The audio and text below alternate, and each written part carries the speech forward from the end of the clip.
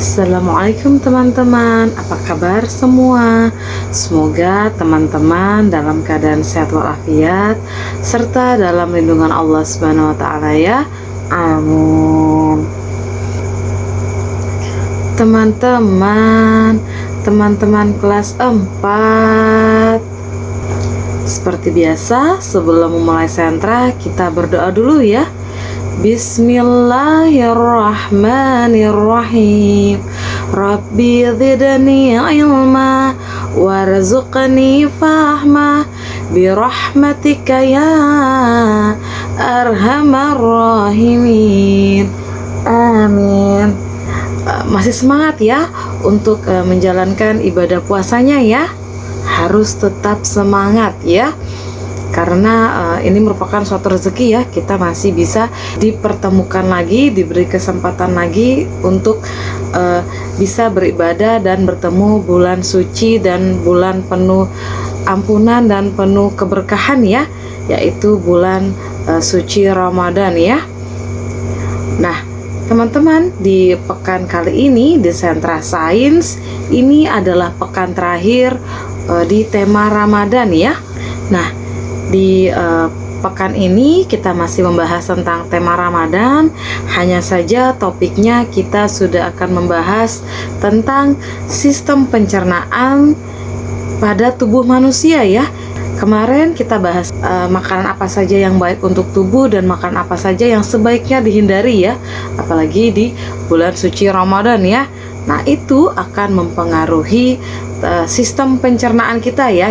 Siapa di sini yang masih ingat kita pernah bahas ya tentang apa sih itu sistem pencernaan? Ibu beritahu ya, sistem pencernaan adalah serangkaian jaringan organ tubuh yang bekerja sama untuk mencerna makanan ya.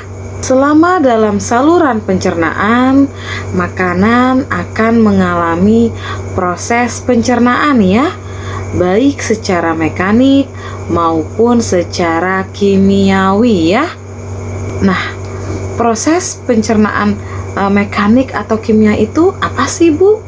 Saya masih bingung. Oke, Ibu jelaskan ya teman-teman. Pencernaan secara mekanik adalah proses pengubahan makanan dari bentuk yang besar atau yang kasar menjadi bentuk yang lebih kecil atau halus ya.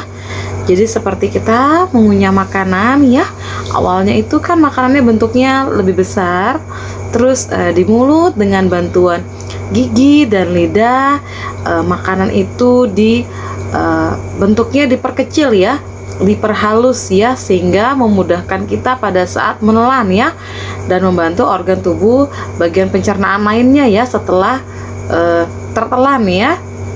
Nah proses mekanik itu sendiri pun terjadinya itu di dua tempat ya. Yang pertama di dalam mulut, yang kedua di dalam lambung ya. Nah kalau di dalam mulut itu dengan adanya bantuan gigi dan lidah ya. Jadi lidah, air liur, dan gigi ini saling bekerja sama ya teman-teman ya, untuk memproses makanan. Sedangkan di dalam lambung itu proses secara mekaniknya itu terjadi itu dengan bantuan gerakan peristaltik dinding lambung ya, sehingga makanan itu seperti teraduk ya. Jadi dia diprosesnya itu di lambung setelah tertelan ya. Nah gerakan peristaltik itu gerakan yang seperti apa sih Bu? Saya baru dengar. Oke, Ibu jelaskan ya. Gerakan peristaltik adalah gerakan mendorong makanan karena kontraksi otot pada saluran pencernaan ya. Nah, contoh yang paling gampang itu teman-teman pernah mendengar suara dalam perut teman-teman nggak pada saat lapar? Nah, kita bisa mendengar suara perut kita ya. Nah, suara perut itu salah satunya itu dihasilkan dari adanya gerakan peristaltik yang dilakukan oleh organ tubuh yang termasuk dalam sistem pencernaan ya. Nah, itulah kemahakuasaannya Allah ya. Nah, ada juga nih organ tubuh lainnya yang mengalami gerakan peristaltik ya. Ada kerongkongan, ada lambung, dan ada usus ya. Nah, tadi kita sudah membahas tentang proses mekanik ya. Sekarang kita akan membahas tentang proses kimiawi ya. Nah, makanan itu diproses secara kimiawi itu maksudnya adalah proses pengubahan zat makanan ya, dari bentuk yang kompleks menjadi bentuk yang lebih sederhana ya, dengan bantuan enzim pencernaan ya teman-teman ya. Nah, di dalam tubuh kita ini memang banyak sekali enzim-enzim yang membantu makanan itu terproses ya, sampai nutrisinya, vitaminnya, seratnya, semua yang baik-baik itu bisa terserap oleh tubuh secara sempurna ya.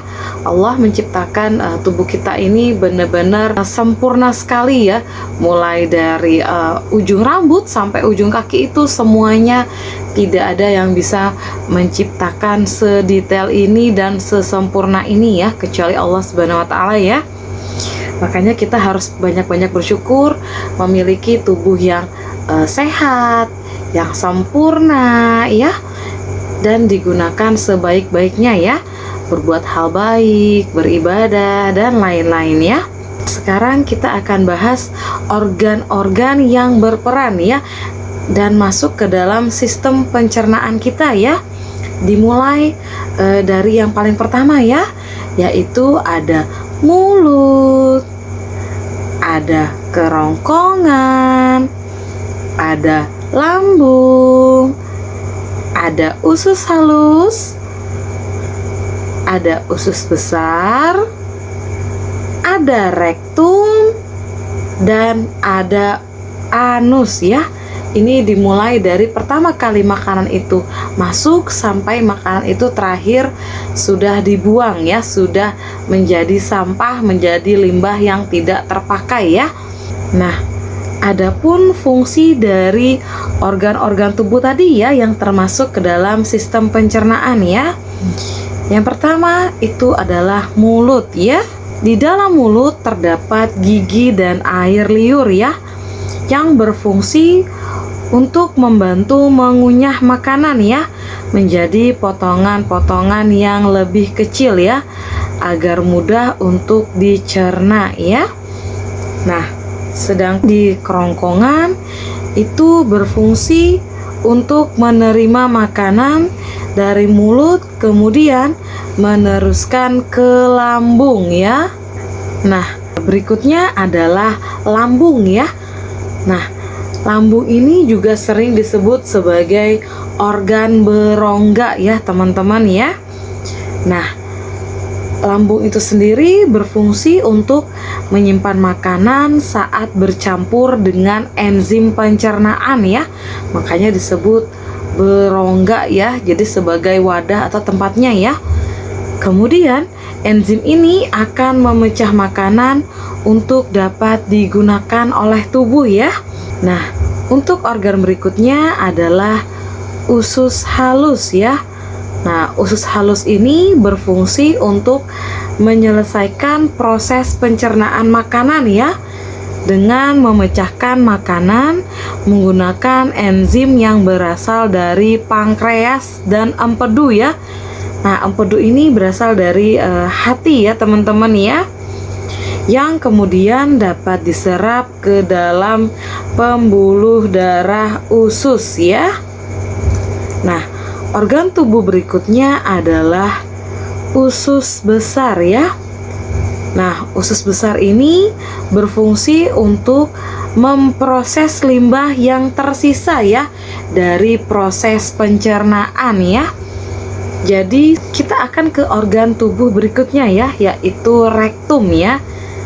Rektum ini berfungsi untuk menerima tinja atau kotoran dari usus besar ya. dan mengirim sinyal ada tinja yang harus dibuang keluar ya. Nah, jadi tadi Ibu udah jelaskan di usus halus itu adalah proses akhir sampai dicerna, sampai udah dipisahkan yang mana untuk diserap oleh tubuh, untuk kita beraktivitas, untuk pertumbuhan kita, manfaatnya diambil ya yang baik-baik ya. Dan di usus besar lah tinja itu mulai diproses ya, jadi yang tidak berguna diprosesnya di usus besar. Nah, setelah selesai di usus besar diproses, limbah-limbah itu akan diserahkan ke rektum. Nah, jadi kalau teman-teman merasakan mules, itu adalah signal yang dikirim oleh organ tubuh yang disebut rektum ya. Kita udah ngerasa kayak perutnya udah penuh, sudah harus ada yang dibuang ya. Signal-signal mulesnya itu dari rektum ya. Nah, untuk organ tubuh berikutnya yaitu anus ya. Anus itu berfungsi untuk mengeluarkan tinja atau kotoran dari rektum ya. Jadi begitu kita sudah mules, kita udah ke toilet, dibuang, itulah lewat anus ya teman-teman ya. Masya Allah sekali ya, Allah menciptakan tubuh kita dengan setiap fungsi dan tugasnya masing-masing ya. Sudah tahu tanpa perlu harus diinstruksi ya, tanpa harus perlu diperintah, mereka sudah tahu ya. Makanya kita harus bersyukur dan menjaga tubuh kita ini ya. Jangan asal makan, jangan asal minum, perhatikan tentang kebersihannya, tentang manfaat makanannya, dan perhatikan ke halal dan ke haramannya ya teman-teman ya, karena akan berpengaruh kepada organ tubuh sistem pencernaan kita ya. Nah, rasanya tidak nyaman ya kalau kita asal makan, misalnya pada saat sahur atau buka puasa. Nah, perut kita merasa tidak nyaman ya, ada masalah di sistem pencernaan ya. Itu akan mengganggu sekali ya saat kita menjalankan ibadah puasa dan ibadah-ibadah lainnya serta aktivitas lainnya ya. Jadi sistem pencernaan itu memegang peranan yang penting sekali ya dalam tubuh manusia ya, khususnya ketika kita sedang menjalankan ibadah puasa ya, seperti saat ini ya. Nah, adapun cara menjaga kesehatan sistem pencernaan ya. Yang pertama, banyak minum air putih ya. Sudah dijelaskan di pekan lalu manfaat air putih ya, banyak sekali untuk tubuh kita, dan hampir keseluruhan tubuh kita ini adalah berupa air ya. Semua organ tubuh kita memerlukan air ya. Yang kedua, memperbanyak mengkonsumsi makanan yang tinggi serat seperti buah-buahan, sayuran, dan biji-bijian ya. Yang ketiga, rajin olahraga ya. Tidak perlu harus olahraga yang berat, yang ringan saja di rumah ya. Misalnya senam di rumah atau sekedar pemanasan di rumah ya teman-teman ya. Nah, yang keempat, makan dengan cara yang baik ya, seperti tidak berlebihan dan tidak terburu-buru ya. Apalagi pada saat Ramadan kali ini ya, nanti merasa lapar, kalap ya makannya ya, berlebihan, itu juga tidak baik ya. Akhirnya kita bisa sakit perut ya, walaupun makanannya sudah halal, sudah bagus gizinya, tapi kalau berlebihan apalagi buru-buru, sudah itu juga mempengaruhi ya. Nah, dan yang terakhir itu adalah mengkonsumsi makanan yang baik dan halal ya, sesuai dengan aturan Allah Subhanahu wa taala ya. Nah, dari sini Ibu harap teman-teman sudah mulai memahami materi yang Ibu berikan ya. Jika ada yang kurang jelas, silahkan ditanyakan dengan Ibu via WhatsApp ya.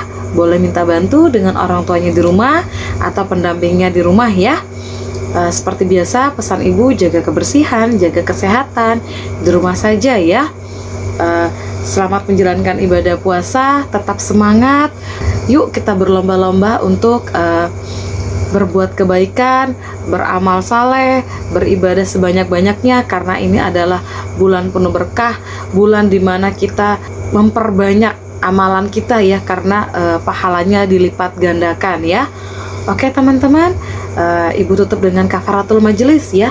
Subhanakallahumma wa bihamdik asyhadu alla ilaha illa anta astaghfiruka wa atubu ilaik walhamdulillahi rabbil alamin.